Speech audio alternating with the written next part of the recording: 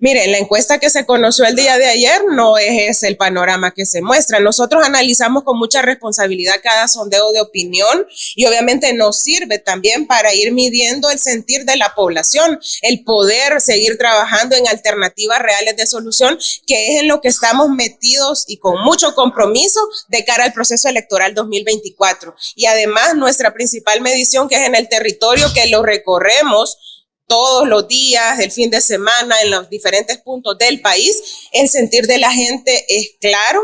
Están sintiendo y resintiendo el alto costo de la vida, la crisis en la economía familiar, el problema de la agricultura por la cual este gobierno no hace nada, el tema de la migración que continúa, son los problemas que la gente nos plantea y están también reflejados ahí. La gente también dice que esta asamblea legislativa conformada en su mayoría por diputados de Nuevas Ideas no le ha servido de nada o en poco, porque las soluciones no están dándose desde acá. Al contrario, hay cosas que se aprueban que van en contra de los intereses de la gente, como el Bitcoin, más endeudamiento, violación a derechos humanos, capturas de personas inocentes, en fin, una serie de cosas que también la gente está valorando. La posición de la papeleta, pues es algo que al final siempre se da así, por sorteo, pero nosotros sabemos que las victorias en materia electoral se construyen desde antes, que obviamente se ratifican el día de la elección, y para eso es lo que estamos trabajando desde nuestra fórmula presidencial, encabezada por el compañero Manuel El Chino Flores, todas las planillas para las diputaciones, Asamblea Legislativa, Parlamento Centroamericano y obviamente también nuestras planillas para consejos municipales. ¿Hay confianza en el tribunal? No, eso lo hemos venido señalando incluso desde el proceso electoral 2021. Este tribunal ha tomado posiciones parciales en su mayoría, ¿verdad? Principalmente por 4 de los magistrados que lo componen, en el sentido de que pareciera, con algunas de sus decisiones, equilibrar la balanza hacia un lado. Y es el partido de gobierno Nuevas Ideas, lastimosamente, porque el tribunal es una institución que nace con los acuerdos de paz y que vino en estos últimos años construyendo confianza y credibilidad en los procesos. Y ayer nada menos en la encuesta de la UCA, les invito a que la lean, la gente ya expresa desconfianza en la máxima autoridad electoral. Y eso es grave, grave en un país donde se supone todavía aspiramos a vivir en democracia y sabemos que hay graves retrocesos. Si el garante de que los procesos sean transparentes y gocen de la confianza del pueblo, en el sentido que se refleje la voluntad popular en el resultado final, hoy por hoy al menos la población le está diciendo al tribunal que no está cumpliendo con la tarea. ¿Usted considera que va creciendo el proyecto de cara a las elecciones de candidatura presidencial? Mire, nosotros tenemos claro el momento en el que estamos, trabajamos por ello justamente para brindarle a la población alternativas de cara a todas las problemáticas que vive. Tenemos claridad, capacidad, compromiso, que creo que es lo más importante, luchadores y luchadoras incorporados como candidatos y candidatas para todo nivel, y por lo tanto vemos también eso reflejado en la recepción que la gente tiene hacia nosotros cuando vamos al territorio. No es solamente a través de del sondeo, que ya lo digo, que los vemos y los leemos todos completos, no solo aquello que creemos que nos beneficia, sino que es importante el sentir que la gente transmite desde las redes sociales, desde las visitas casa a casa con los sectores, y al menos ahí sabemos que vamos avanzando, vamos acumulando, y eso nos permitirá estar en los espacios de decisión el próximo año a diferente nivel para poder seguir incidiendo e impulsando aquellas medidas e iniciativas que vayan de cara a lo que la gente espera que sus funcionarios y sus funcionarias hagan.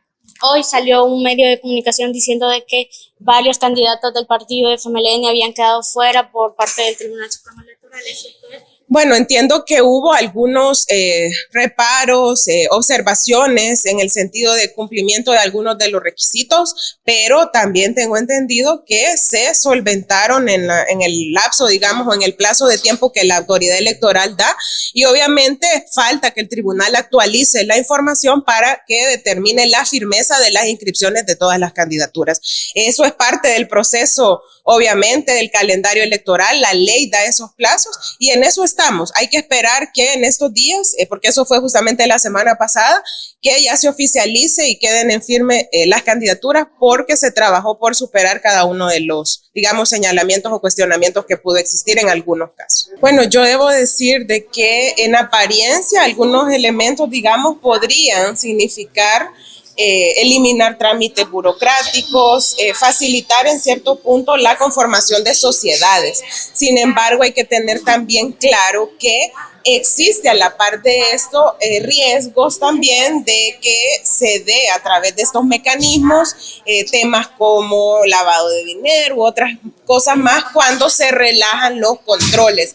Por eso, al menos nosotros no acompañamos, nos abstuvimos de votar en el sentido de que en esto debería haberse hecho un estudio más amplio que incorporara también normativas o reformas en otros marcos normativos que den garantía que no se va a facilitar este tipo de delitos, como lo menciona en el caso de, por ejemplo, decir que una sociedad se puede formar a través de $1. Es cierto, pueden haber algunos que lo vean como una alternativa, sin embargo, tenés que poner candados que eviten que se puedan cometer delitos y que haya más riesgos para algunos. También hay que tener claro que cuando se conforman sociedades, más allá de si va a ser ahora unipersonal como se habilita o con capitales bajos que pueden ser desde $1, hay cierto nivel de responsabilidad que se asume, que no es el mismo cuando operas bajo la figura de persona natural.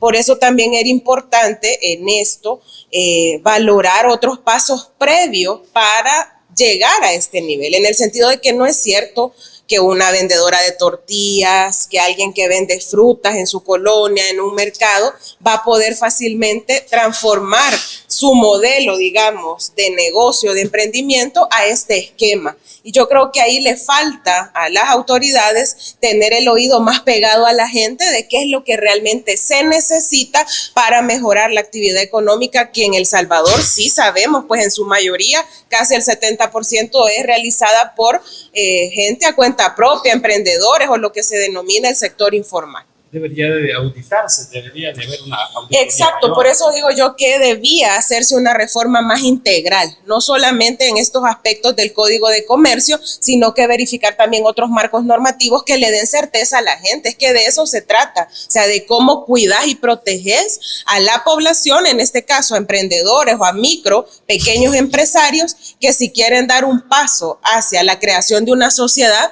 tengan garantías también de que esto no les va a implicar más complicaciones de las que hoy por hoy pueden tener actuando como personas naturales. Y en el caso de la estadística y censo, podría beneficiar, porque cuestionaban también en la comisión que las administraciones anteriores no trabajaron en ese aspecto y hay un retraso. Mire, yo debo decir que durante el primer gobierno del FMLN se suele, por parte de las voces oficiales hoy en el actual gobierno, se suele mentir y desconocer todo el antecedente en los diferentes temas. Y eso fácilmente se verifica a través de una búsqueda de internet, y mi llamado es a que la población lo haga siempre, que verifique lo que cada uno de nosotros habla.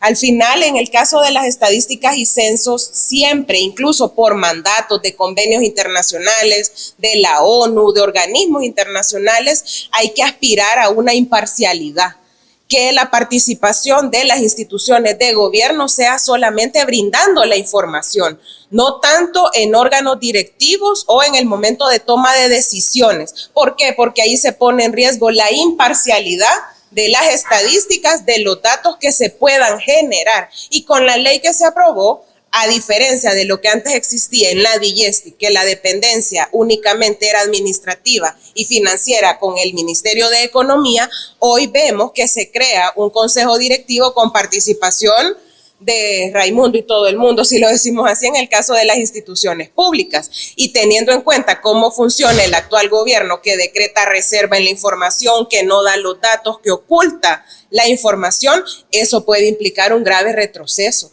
Por lo tanto, no es cierto que vaya a haber actualización real y pura de las estadísticas, y los hemos visto cómo han actuado ahora, que son enemigos del acceso a la información y de brindar datos. Entonces, eso implica un riesgo. También por eso mi abstención al momento de la votación, porque no se está garantizando. Y ahí hay otros elementos que podría darse discrecionalidad al determinar la reserva de una información.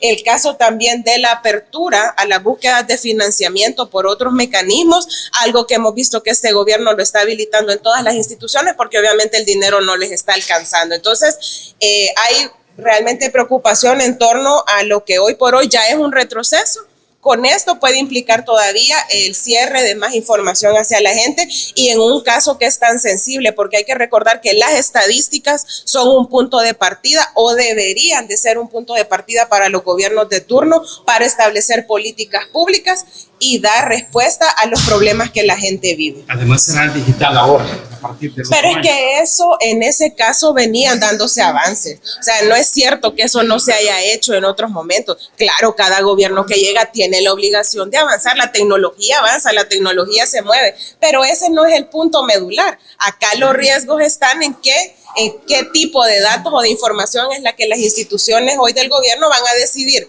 dar o no dar, porque ese es el nivel de discrecionalidad que por hoy queda plasmado en la ley que se aprobó.